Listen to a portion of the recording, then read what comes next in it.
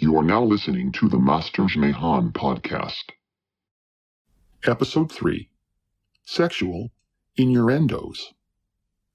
If you have been ritualistically or scientifically abused, you should stop now and ask someone safe whom you trust to let them listen first, and then only listen in their company or if they deem it is safe for you. Some information might be triggering. If you are a minor, please consult your parents before continuing. This episode builds on the previous one. If you have not yet listened to it, you should. If you are more of a free-thinking rebel and don't care about following our bossy instructions, then don't. We respect that. It's good to be free, at least while it lasts. What is at stake is more than one small country. It is a big idea, a new world order. Now, this isn't where I was born. I was born in Kenya. Unless we take the action necessary and we build in a greener and more sustainable and more inclusive way, then we will end up having more and more pandemics and disasters from ever-accelerating global warming and climate change. Wise leaders always put the good of their own country first. The future does not belong to globalists. The future belongs to patriots. We will never let radical socialists destroy our economy, wreck our country. Here in Israel, they're making this green passport where the population cannot get into theaters or malls or all sorts of things. They're creating a medical apartheid. There would be an enormous economic collapse prior to the revealing. The stock market would destabilize. It would make the Great Depression look like Sunday school.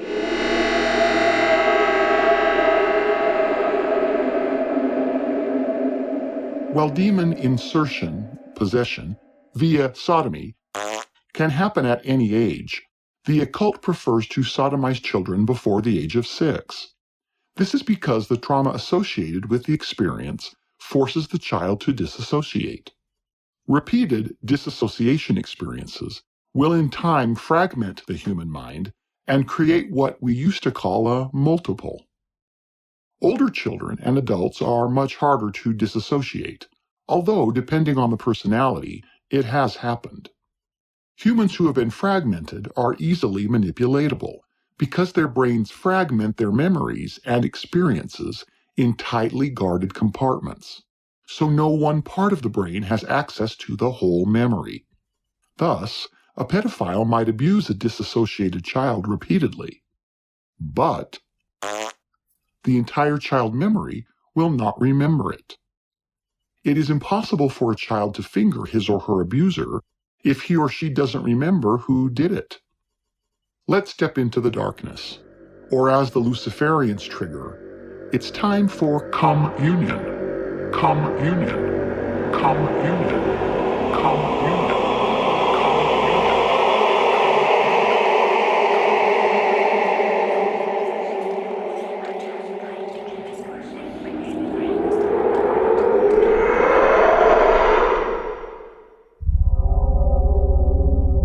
The ancients say that the first to engage in pedophilia was Cain, the same who killed his brother Abel and gained the title Master Mahan, meaning the master of satanic secrets.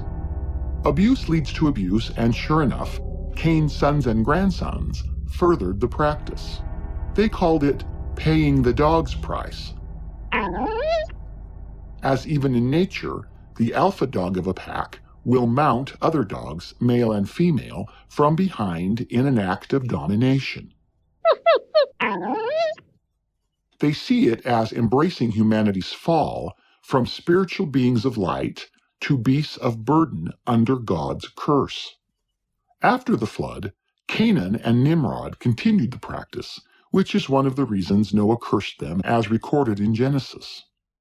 Ironically, by today's standards, the rainbow in the sky was understood by our ancestors to be the Lord's weapon, as in his bow and arrow, which he set down for a time after the universal flood. Adam and his son Seth had been told that there would be 2 universal global destructions before the day of God's judgment, one by water and one by fire. The one by fire would be seen in a future year when the rainbow was gone from the sky, or in other words, the Lord was back to declaring war globally on satanic wickedness. With the placing of the rainbow, the Lord gave 7 commandments to Noah and his children, each one corresponding to a color in the rainbow. Noah's 4th commandment was, no sexual misconduct, including adultery and homosexuality, or the color green. It's not easy being green.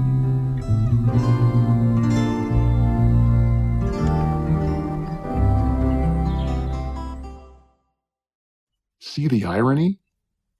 Lucifer loves to mock both the sacred and the perverse, because since his fall, he has become increasingly schizophrenic. His high wizards and witches know this, but because he is also brilliant, pun just realized, they follow his commands anyway. Another example, just like the flaunting of the rainbow, is the word faggot. Again, the irony. The word faggot is an Old English word that means a bundle of sticks tied together to be cast into a fire, the same that appears on the back of the American Roosevelt dime. It's more clear on the Mercury dime that preceded it. Mercury is one of the Greek personifications of Lucifer. There are many out there, again, schizophrenic. The new reverse of FDR's dime lit the faggot aflame. If you're not using just debit cards, go find a dime and see for yourself. This word was used by members of the Naughty Hellfire Club to describe those who were destined to be bound together when Gabriel blows his horn and tossed into the great fire of God's judgment. So again, mockery. But it is true that historically, useful faggots were not green. Green wood doesn't burn. Sodomy was the first of many marks of the beast, since under Cain and Nimrod's beastly government order, any wishing wealth or celebrityship had to permit the act upon themselves. In terms of victimizing children, it was not long before they realized that a broken child needs some kind of internal structure to anchor the chaos to, as well as make sense of the demons being placed inside them.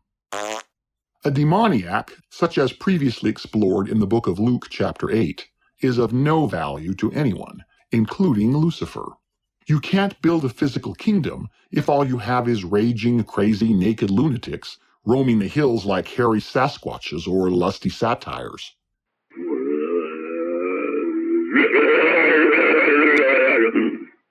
Nor are you able to talk the rest of us into wanting to join that.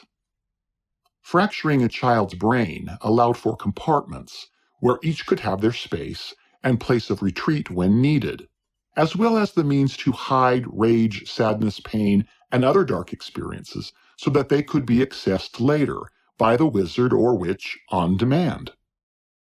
Hollywood knows this and illustrates it often in programming. Two of the most precise illustrations of this are the old TV shows Herman's Head and the more modern cartoon Inside Out. These types of television and movie programming serves to reinforce the child victim's internal reality, making them believe that their inner world is normal. For all children, but particularly worse for boys, is the hidden rage at the traumatic injustice they were put through. This is called both the sodomy rage and the fury of jihad. Some religions acknowledge the act by throwing themselves on the ground, and like a dog sticking the butt up in the air as a sign of the experience and reverence for the butt as a whole for communion. It is known that such painful and traumatic experiences, particularly for children, stifles their normal internal maturity processes, locking that compartment within at the age of the event. Again, this is a satanic mockery, as in heaven's eyes, one's life is destined to be like a mighty flowing river, increasing in glory and goodness over time. Christians know that Jesus is connected to water in biblical symbology. Stopping up one's never-ending river of Christ in their soul is damming it. Thus the wordplay and true meaning of damnation, to stop progression. The worst of these is known in the occult as inserting the strong man and the key of David. King David, and more so Solomon, were revered by many Satanists. David because he had the DNA of kings, and Solomon because they believed that his great wisdom eventually gave him power over demons. This is the real reason that the five-pointed Star of Solomon has been used by modern witches. It used to be a holy symbol. Satanists will tell you that it had been Lucifer's plan to sodomize the baby Messiah and thereby defile the Lamb of God and control him. This did not happen. Christians honor his stepfather Joseph for being his protector and witness until the Christ child was able to defend himself. But, knowing Satan's goal, you can now understand the real meaning and actions of Genesis 21:8, when Sarah caught Ishmael mocking her son Isaac. Ancient rabbis whisper that the mockery that Sarah witnessed was Ishmael's attempt at sodomy. They say that this is the reason Hagar and her son were sent away from Isaac. It is a disgusting shame that some adults don't use their strength and nurture to protect the most vulnerable among us, our human children, but instead torture and abuse them with acts of anal pain. Thus, Jared Leto tried to tell us, although a bit warped.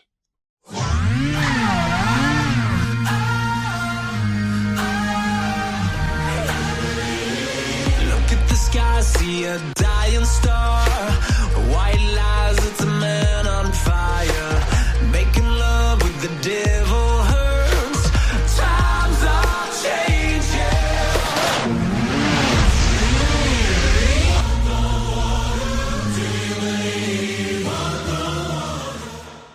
How does one make love with the devil? How does Jared know that hurts? Incidentally, the dying man in the sky, that is a white lie, is Saturn. You know, the mythical god who ate his children? Irregardless, do you have the faith to walk on water? Do you believe everything you're told? Back through the water curtain.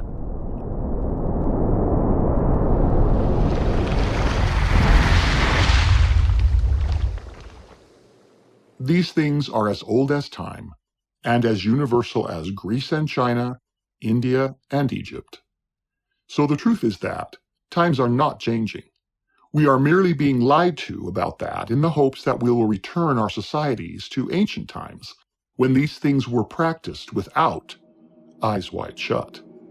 We will have more on all of this. Fair use claim. We are claiming fair use for the items in this podcast in which we do not own the copyright. United States law allows us to use items copyrighted by others in this podcast without their permission in the manner that we have under fair use. American courts have ruled that using another's copyrighted items in this manner is crucial when commenting and illustrating subject matter. Otherwise, news and commentary in the public discourse would be hindered, which is a violation of our constitutional rights, including our freedom of speech and freedom of the press, etc. You shall know the truth, and the truth shall set you free. The Masters Mahan podcast will continue.